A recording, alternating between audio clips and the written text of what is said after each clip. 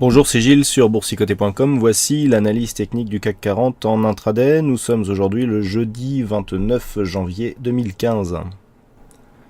Avec donc en configuration globale cette phase ici baissière qui est en train de se mettre en place et qui a été en partie confirmée hier soir suite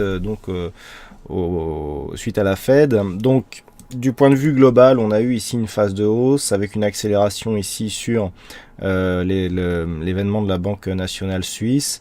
Et donc par rapport à l'intégralité de cette phase de hausse, nous avons tracé les retracements de Fibonacci.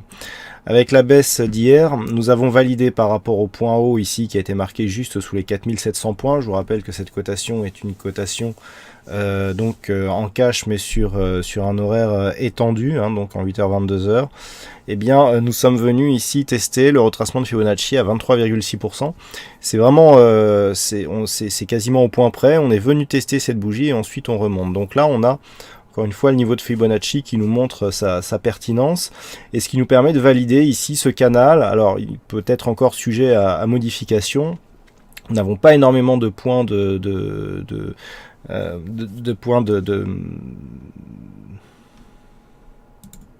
Nous n'avons pas encore assez de points de référence pour être sûr que cette résistance sera valide, mais on arrive ici sur un point justement qui pourrait confirmer, nous allons en parler dans cette analyse, qui pourrait donc confirmer cette résistance et nous donner un peu plus de visibilité sur la tendance court terme actuelle.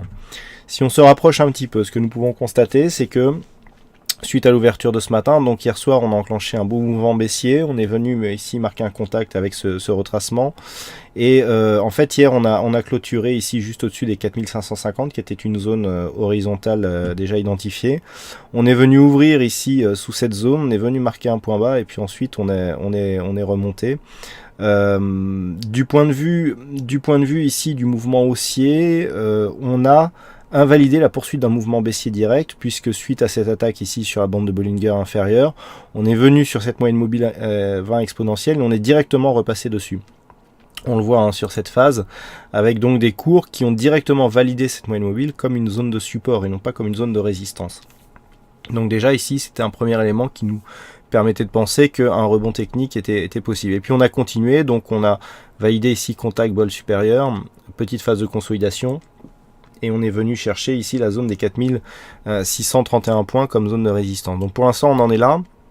Par rapport, j'irai à l'ensemble de cette tendance, ce que nous pouvons marquer, c'est que nous allons ici vers un contact avec cette zone de résistance. Alors en fonction du contact, si nous avons un retournement ou pas, eh bien on pourra réajuster donc cette résistance. Ce que l'on peut voir du point de vue des indicateurs, c'est que nous avons une petite divergence baissière qui est en train d'apparaître. Bon, c'est vraiment très léger. Par contre, si on valide ici avec l'évolution du MACD, on peut voir que depuis cette zone de point haut, nous avions une phase d'affaiblissement de la dynamique directe qui est en train de se produire et qui pourrait donc conduire à un retournement à court terme, donc ce qui irait dans le sens d'une validation de ce canal. Donc pour le moment, on en est là.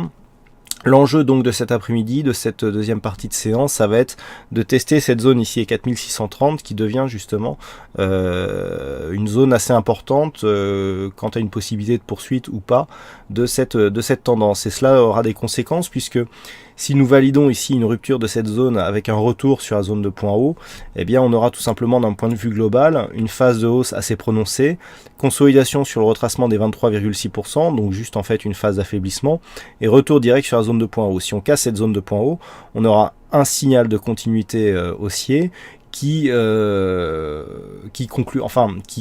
confirmera le fait que nous sommes sur une tendance puissante puisque une phase de retracement ici à 23,6% avant une rupture nous montre que nous sommes encore sur une grosse dynamique, idem sur un 38,2 mais encore plus fort donc sur un 23,6.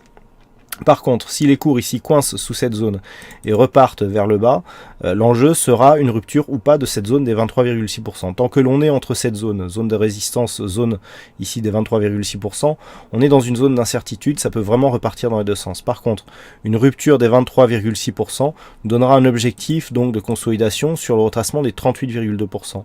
Et vu l'amplitude de la tendance que nous avons eue auparavant, eh bien, on le voit, l'objectif se situe à 4453 points.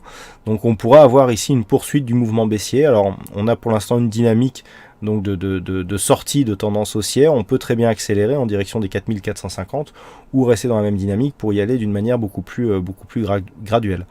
Donc pour le moment, on est vraiment dans une zone d'incertitude. Alors certes, cette zone d'incertitude est relativement ample. On a un petit regain de volatilité actuellement. Je dirais que tant que l'on est au-dessus de cette zone des 4598 points, qui je le rappelle était le niveau de point haut de l'année 2014, on va plutôt vers une probabilité accrue de casser cette zone de résistance. C'est vraiment autour de cette zone des 4598. Tant que l'on est au-dessus de cette zone, une petite phase de baisse peut nous permettre de se placer en vue d'anticiper, pourquoi pas, une cassure de cette zone. Par contre, si les cours repassent sous cette zone des 4598, là la probabilité devient plus baissière et on visera peut-être plus un retour ici sur cette zone des 23,6%. Tant que le 23,6% n'est pas cassé, on peut toujours s'inscrire dans un mouvement relativement neutre suite à cette phase de hausse qui a duré depuis quelques jours, depuis même plus d'une semaine, pour s'inscrire dans une phase de consolidation horizontale. Il faudra vraiment casser ici ce retracement à 23,6% pour valider le début d'une phase de consolidation plus forte, avec donc l'objectif sur le redressement des 38,2. Donc entre les deux, c'est la zone des 4598 qui fait office de zone pivot, si j'ose dire, pas au sens de l'indicateur, mais du terme plus précisément, qui pourra nous donner donc une idée de l'orientation, d'une possible orientation future du CAC 40. Voilà donc ce que l'on peut dire sur cette analyse technique. Du point de vue fondamental, il y a des chiffres qui vont apparaître ce soir, enfin cet après-midi, pardon, avec à 14h30 les revendications chômage donc aux USA, qui peut avoir un impact donc sur la volatilité des prix, notamment après ce qu'a dit la Fed hier. Et puis à 16h, il y aura les ventes de logements en attente, donc qui pourront là aussi, pour décembre, qui pourront avoir là aussi un impact un peu plus faible sur la volatilité, à moins qu'on ait un gros écart par rapport au consensus. Voilà donc ce que l'on peut dire sur cette analyse technique du CAC 40. Il ne me reste plus qu'à vous souhaiter à toutes et à tous une bonne séance, bonne chance dans vos prochains trades, et on se retrouve donc dès ce soir pour toutes les autres analyses techniques du site boursicoté.com, non sans vous avoir rappelé que cet après-midi je serai en interview sur le site Vidéo Bourse, donc si vous voulez participer ou juste regarder cette interview, eh bien c'est sur l'émission en direct donc du site videobourse.fr. Voilà, bonne séance à tous et à ce soir pour de prochaines analyses techniques.